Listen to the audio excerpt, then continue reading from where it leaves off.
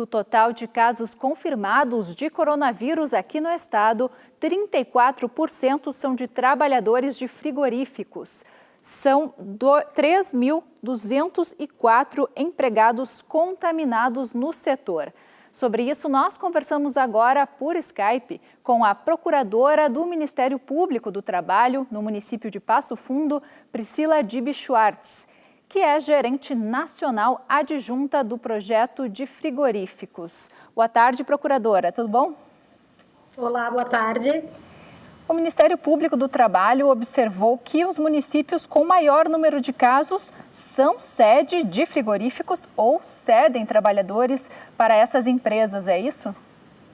Exatamente isso. A partir do levantamento que nós fizemos, a partir do índice, da incidência de casos de Covid-19 para cada 100 mil habitantes, os 28 primeiros municípios no estado do Rio Grande do Sul com maior incidência da doença ou são sede de frigoríficos ou então cedem trabalhadores para frigoríficos. Esse é um ponto que tem nos chamado a atenção, porque justamente tem contribuído para a interiorização da Covid-19 no estado e tem acompanhado então esse fluxo dos trabalhadores, sendo que muitos municípios, os menores dessa lista, tiveram seus primeiros casos justamente com trabalhadores do setor. Quais são os fatores que levam os frigoríficos a serem os principais lugares de surto no estado? Hoje os frigoríficos lideram a lista de surtos no estado, 52% dos surtos decretados envolvem frigoríficos no Rio Grande do Sul e algumas características do próprio setor têm contribuído para esses casos com números tão alarmantes, com esses 3.204 casos hoje, somente em trabalhadores do setor, temos ainda 3 óbitos relacionados diretamente a trabalhadores e 10 óbitos relacionados a contactantes. Algumas características, então, elas facilitam essa possibilidade de dispersão da Covid-19 no interior das plantas. Um dos primeiros pontos que nós podemos citar é a quantidade de trabalhadores, é um grande número, um quantitativo elevado de trabalhadores por unidade frigorífica e isso gera e propicia possibilidades de pontos de aglomeração. Então, refeitórios, vestiários, áreas de pausa, entrada e desembarque de veículos, inclusive na própria linha de produção, que os trabalhadores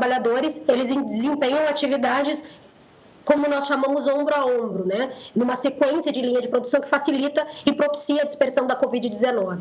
Além disso, um ponto bastante significativo é a pouca ou baixa quantidade, o quantitativo de renovação de ar no interior das plantas frigoríficas, sobretudo nos ambientes refrigerados. Isso contribui e me parece que tem sido o diferencial realmente quando nós analisamos o comportamento da Covid-19 em outras empresas, outras indústrias que nós estamos acompanhando também. E como o MPT está agindo, então, na fiscalização desses locais e também no acompanhamento dos funcionários? Então, o Ministério Público do Trabalho, desde 31 de março, a partir dos casos que acompanhávamos nos Estados Unidos, na Europa, que vinham ocorrendo em frigoríficos, nós expedimos, então, uma recomendação para o setor. Num primeiro momento, a recomendação, ela teve uma certa resistência, mas atualmente as empresas, elas têm verificado, então, a importância e a necessidade de se implementar, então, essas medidas de prevenção. Temos firmado termos de ajuste de conduta com diversos frigoríficos, já temos 78 plantas frigoríficas com TACs firmados com o Ministério Público do Trabalho, justamente trazendo, então, esse arcabouço de obrigações que precisam ser implantadas no setor. Temos TACs nacionais firmados com grandes, gigantes do setor frigorífico, como BRF, Aurora, Marfrig, que foi o último TAC nacional que nós firmamos. E temos também algumas empresas que ainda estamos em negociação e outras que não evoluímos em negociação, então, por isso, são ajuizadas ações civis públicas. Rapidamente, para encerrar, procuradora, uma medida em conjunto com o Ministério Público Federal e o Estadual procura proteger aí trabalhadores indígenas que trabalham em um frigorífico localizado em Maraguaí, no interior do estado. O que diz essa recomendação? Então, essa recomendação ela foi expedida para frigoríficos de Trindade do Sul e Miraguaí, né, que possuem um quantitativo significativo de indígenas contratados, e eles se enquadram pelo próprio protocolo de manejo clínico da Covid-19 do Ministério da Saúde como trabalhadores do grupo de risco.